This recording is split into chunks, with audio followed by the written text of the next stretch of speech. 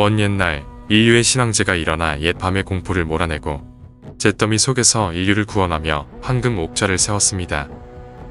그러나 배신과 이단이 새로운 인류의 희망을 불태웠습니다. 배신자 아들들은 복수의 추격에서 벗어나 은하계의 한 장소로 도망쳤지요.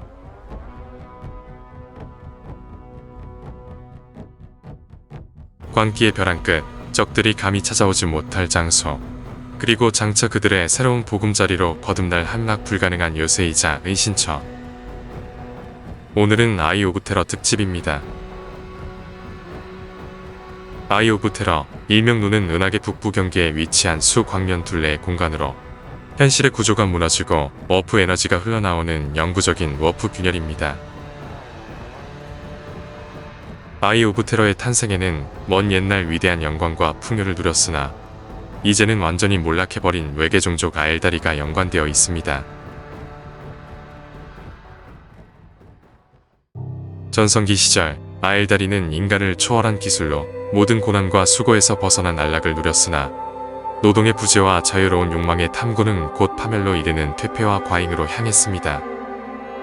그들의 타락은 현실의 거울 차원 워프에 반영되며 네 번째 카오스 신 슬라네쉬가 탄생했으며 신격화의 그날 신인 에질은 탄생의 울음소리는 종말적인 에너지 폭발이 은하계를 뒤흔들었습니다. 수십억, 수십조 어쩌면 그 이상의 영혼이 순식간에 소멸되었으며 아엘다리 제국의 심장부에는 현실과 워프 사이에 영구적이고 끔찍한 흉터 아이 오브 테러가 남겨졌습니다.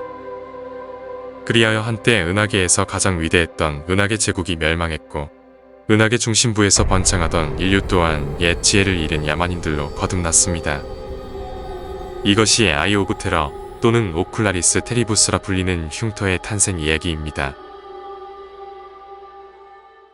눈 지역은 어떤 함대도 통과 불가능한 워프 폭풍으로 거의 완전히 둘러싸여 있습니다. 여기서 감히 워프 여행을 시도하면 폭풍의 맹렬한 에너지에 소멸되거나 시공간 바깥으로 던져지지요. 눈 중심부에서 가장 바깥쪽까지는 수광년 거리라 일반적인 항해로는 죽었다 깨어나도 통과할 수 없으며 그조차도 가장 강인한 여행자의 정신과 육체까지 타락시키는 왜곡과 변이의 위험에 노출되죠. 따라서 결론적으로 눈에서의 워프 여행은 죽음보다 끔찍한 선택이나 다름없으며 초광속을 위해서 오직 워프에만 의존하는 인류함선의 특성상 눈을 벗어나는 건 불가능합니다. 그러나 눈으로 나가고 들어가는 통로가 딱 하나 존재했습니다. 끊임없이 휘몰아치는 워프 폭풍을 차단하여 워프 여행으로 눈을 통과할 수 있게 해주는 우주 통로였죠. 이 통로는 가장 크고 중요한 항성계의 이름을 따서 카디안 게이트라 불렸는데 이곳을 통해 헤러시 이후 반역자 프라이마크들이 은신처를 찾아 눈 내부로 피신했지요. 헤러시와 숙청기간 이후로 자원이 고갈된 인류제국은 눈으로 도망친 반역자들을 추격하는 대신 위협을 억제하기로 결정하며 카디아 성계의 중요성이 급부상했습니다. 특히 카디아 행성은 태양계를 제외하면 인류의 가장 강력한 요새로 거듭났습니다. 공포의 눈을 감시하면서 저주받은 반역자들의 긴 전쟁으로부터 인류제국을 수호해왔지요. 사실 이 행성에는 무력 이상의 의미가 있었습니다. 행성 지표면에 흑석 기둥들이 있었죠. 그것들은 엘다 이전의 외계인들이 만들어 정밀하게 배열한 장치들로 카디아 행성에 가장 많았습니다. 이 장치들은 공포의 눈에서 쏟아지는 에너지를 억제했고 카디아 게이트를 유지해줬습니다. 약탈자 아바돈이 그것들을 파괴하기 전까지는 말이지요.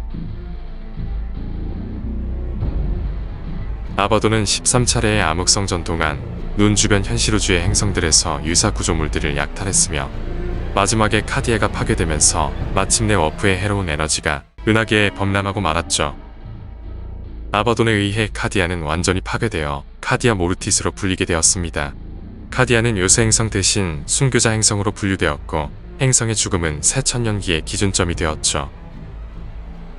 그리고 더 큰 재앙이 뒤따랐죠. 현실 우주 전체를 가로지르는 워프 균열, 즉 대균열이 발생했습니다.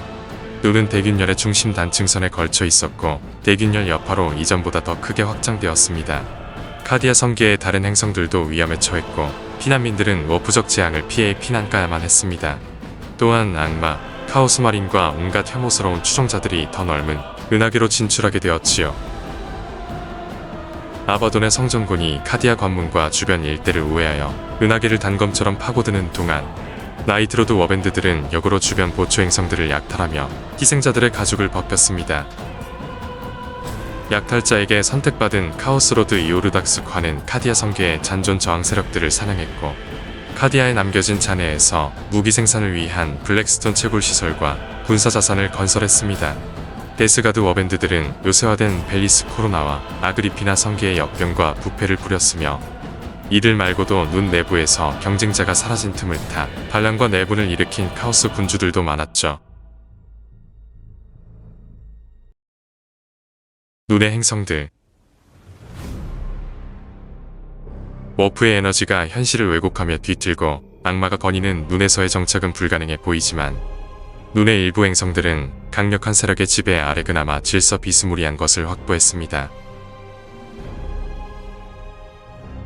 시카루스는 악마 행성으로 워드베어러 군단의 본거지이자 정신적 고향입니다. 악마 프라이마크 로가의 아들들은 헤러시 이후 바로 이곳에 피난처를 찾았죠.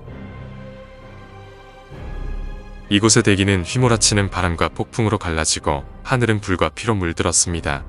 그 아래에는 파멸의 신들에게 세워진 대성당, 사원과 기념비가 끝없이 뒤덮여 있지요.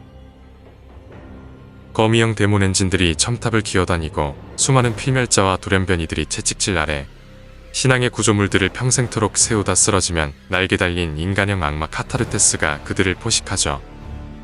가장 거대한 구조물인 말씀의 대성당은 수백 마일 높이 첨탑이 덮인 거대한 대성당으로 수많은 시체들이 영원토록 죽지 못하고 비명 지르고 있습니다. 바로 이 사원 깊숙한 곳에서 일명 어둠의 의회라 불리는 고위 베어러들이 군단을 이끕니다. 이들은 충성파 챕터의 채플린에 해당하는 군단 지도자들인 다크 어포슬을 임명할 권한을 가지고 있죠. 다크 어포슬은 워드베어러 내에서 큰 권력을 가지며 반역자 군단들에서는 보기 힘든 존경을 받습니다. 죽어서 그들의 시신은 시카루스에 돌아와 구조물이 없는 극소수 지역인 시체, 평원에 안장됩니다. 전설에 따르면 가장 헌신적인 영혼은 평원에서 신들의 은총으로 불멸한 악마로 승천한다고 하며, 다크 어포스를 제외한 다른 성전사들은 죽으면 진시드와 장비가 회수되고 시체는 그냥 버려집니다. 다크 어포슬이 되기 위해선 어둠의 의회가 내린 시험을 통과해야 합니다. 실패한 자들은 눈과 갑옷을 빼앗기고 사막으로 추방되어 수세기 동안 죽음의 자비조차 없이 방랑하게 되죠. 뼈와 재와 모래뿐인 시체평원 사막의 중심에는 템플룸 인피시오라 불리는 성소가 있습니다. 800만 노예가 피와 땀으로 벽돌을 올리고 피와 내장을 제물로 바쳐 신전의 벽돌 전부를 축성했죠. 이 성소의 중심에 데몬 프라이마크 록가가 위치하고 있습니다. 그는 헤러시 이후 수천 년간 이 방에서 칩거하면서 신들의 계시를 기원하며 명상하고 있습니다. 현 시점에서 프라이마크 로가가 마침내 그의 고독한 수행을 마쳤다는 소문이 퍼지고 있습니다. 심지어는 그가 필멸 세계에 직접 강림했으며 카오스의 진언을 은하계에 설교하고 있다고도 하죠.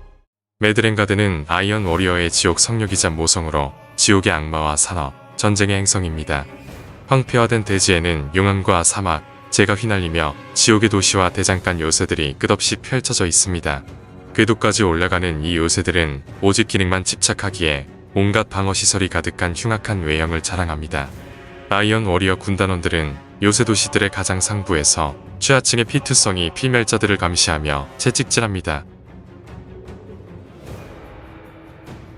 요새 도시의 하부의 지옥의 주조소, 유황과 고통이 가득한 제조공장과 지옥의 공정 라인에서는 필멸자들의 고된 노동과 불경한 기술, 악마빙의 의식을 통해 데몬 엔진들이 끝없이 생산되고 있습니다. 사슬에 묶인 노예들은 군단 내에서 악마술에 심취한 빙의 대가들과 냉혹한 워프 스미스의 감시 아래 무기와 갑주, 데몬 엔진의 부품을 만들다 공장의 열기에 산화되거나 산채로 끌려가 제물로 바쳐지죠. 행성의 가장 웅장한 요새는 아라즈키온으로 매연과 불길, 용암이 가득한 이 도시 심장부에는 군단의 데몬 프라이마크 페트라보가 위치한 전략기지인 콜라시콘이 위치하고 있습니다. 바로 이곳에서 거대한 연산기 뱅크를 통해 은하계의 수많은 정보가 페트라보의 중앙성소로 전달됩니다. 프라이마크는 이 모든 우주적 정보를 그의 초자연적인 정신으로 해석하고 정량화하고 추론하지요. 그는 그 초지성적인 정보를 바탕으로 수천 년간 계획을 100만 개씩 세우고 버리기를 반복한 끝에 마침내 그의 거대한 계획 무한의 성체를 완성시킬 수 있었지요. 이러한 배신자 군단 행성들은 하나같이 지옥도나 다름없지만 그나마 질서가 잡혀있는 편입니다. 워프와 현세가 뒤섞인 눈에는 인간의 상상을 아득히 초월하는 행성들도 존재하죠. 아나스락스 행성은 역병에 찌들어 역한 액체와 고름을 뱉어내는 역병 나무들이 가득합니다. 아이언 드레이크 챕터가 이 행성을 정화하려 했으나 결국 본인들이 나무가 되어버렸죠. 올리엔시스는 태아처럼 몸을 말고 있는 초고도비만 남자처럼 생긴 고깃덩어리 행성인데 이 행성의 아가리에 집어삼켜진 센티널 챕터는 슬라네시의 어밴드 코푸스 브리튼으로 거듭났죠. 템포리아는 행성 전체가 모순된 복잡한 시계태엽과 공장으로 이루어진 행성으로 끝없이 모순되게 이어지고 회전하는 계단과 도로들은 인간의 이성을 망가뜨립니다. 눈 시면의 벨리아 행성 등 일부 행성들은 옛 엘다 제국의 중심 행성이었습니다. 그러나 지금은 폐허가 되었고 물리와 정신이 충돌하며 신비로운 영혼석에 비가 흘러내리죠. 이처럼 이곳에서는 같은 행성이 단 하나도 없지만 하나같이 전부 저주받은 행성들인 건 분명합니다.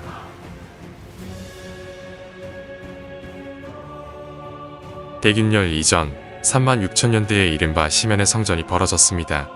가짜 성자에 의해 이단으로 지목된 챕터들 수십이 아이 오브 테러를 향해 참여의 성전을 택했죠. 그러나 성전의 끝에 살아서 돌아온 건 극소수 챕터에 불과했습니다. 대다수는 전멸하거나 타락하거나 혹은 그보다 끔찍한 운명에 떨어졌습니다. 인류 최고의 전사 스페이스 마린들조차 아이 오브 테러에서 버티지 못할 정도이니 이곳 내부가 얼마나 뒤틀리고 위험천만한 공간인지는 설명할 필요도 없을 것입니다. 헤러시 이후 만년간 인류제국은 배신자 군단들의 침공에 방어로만 대응했습니다. 광신적인 인류제국조차도 단 한 번도 공식적인 아이 오브 테러 원정을 떠나지 않았습니다. 워프에 뒤틀리고 왜곡된 눈에서는 당연히 필요한 자원을 제대로 마련하기 어렵습니다. 자원이 부족하기 때문에 눈의 카오스 세력들은 끊임없이 약탈에 의존합니다. 수천 년간 눈의 카오스 세력들은 카디안 게이트와 주변 행성들은 물론이고 자신들끼리도 끊임없이 약탈하며 자원을 확보했으며 기존의 동맹과 의리 따윈 없었습니다. 아바돈의 암흑성전 이전까지 눈의 카오스 세력들은 사실상 끝없는 혼란과 투쟁 상태였습니다. 심지어 암흑성전으로 뭉친 지금도 이들은 기회만 생기면 언제든 서로를 배신하고 약탈하지요. 페트라보의 거대한 계획인 무한의 성체 또한 그 첫 칼날은 다름 아닌 동맹에게 향했습니다. 그의 군단 선봉대는 카디아의 자네를 점령한 블랙 리전을 기습하고 몰살하여 카디아를 정복했죠.